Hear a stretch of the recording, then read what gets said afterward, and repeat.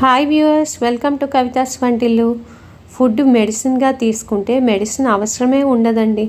Chronic elements ఉన్నవాళ్ళు, BP ఉన్నవాళ్ళు, sugar ఉన్నవాళ్ళు, హార్ట్ ప్రాబ్లమ్స్, కిడ్నీ ప్రాబ్లమ్స్ ఉన్నవాళ్ళు మందులు మానేయమని, మెడిసిన్స్ తీసుకోవద్దని లేకపోతే మానేయండి అని నేను చెప్పట్లేదు. ఫుడ్ని మెడిసిన్ లాగా తీసుకుంటే, అంటే లాట్స్ ఆఫ్ వెజిటబుల్స్ తీసుకుంటే లాట్స్ ఆఫ్ ఫైబర్ ఉంటుంది. వెజిటబుల్స్లో విటమిన్స్ ఉంటాయి, మినరల్స్ ఉంటాయి, బాడీకి డైజెషన్ బాగా అవుతుంది, ఓవరాల్ హెల్త్ పెరుగుతుంది.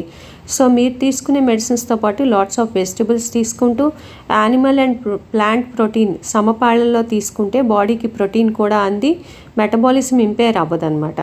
ఇంకా నట్స్ అండ్ సీడ్స్ ఎక్కువ తీసుకొని, ఎక్కువ అంటే సరిపడా ఎంతవరకు మన బాడీకి అవసరమో అంతవరకు తీసుకుంటే నట్స్, సీడ్స్, ఆయిల్స్ని రెస్ట్రిక్ట్ చేసుకొని, ఫ్రైయింగ్ ఆయిల్స్ లేకపోతే సాచురేటెడ్ ఫ్యాట్స్కి రెస్ట్రిక్షను లేకపోతే నో చెప్పి సాచురేటెడ్ ఫ్యాట్స్ని తగ్గించేసి ఇలా గనక మెయింటైన్ చేస్తే బ్రెయిన్ హెల్త్, ఇమ్యూనిటీ కూడా బాగుంటుంది.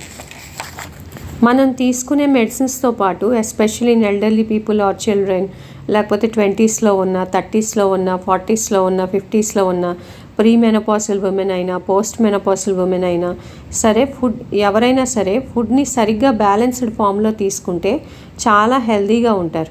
మీరు వేసుకునే మెడిసిన్స్ లిస్ట్ కూడా పెరగకుండా ఉంటుందండోయ్. How many of you agree to me? ఎంతమంది ఒప్పుకుంటారు ఫుడ్ ఈజ్ మెడిసిన్ అని? కామెంట్ బాక్స్లో కామెంట్ చేయండి. Thank you. Please like, share, subscribe to my Kavitha's వంటిల్లు.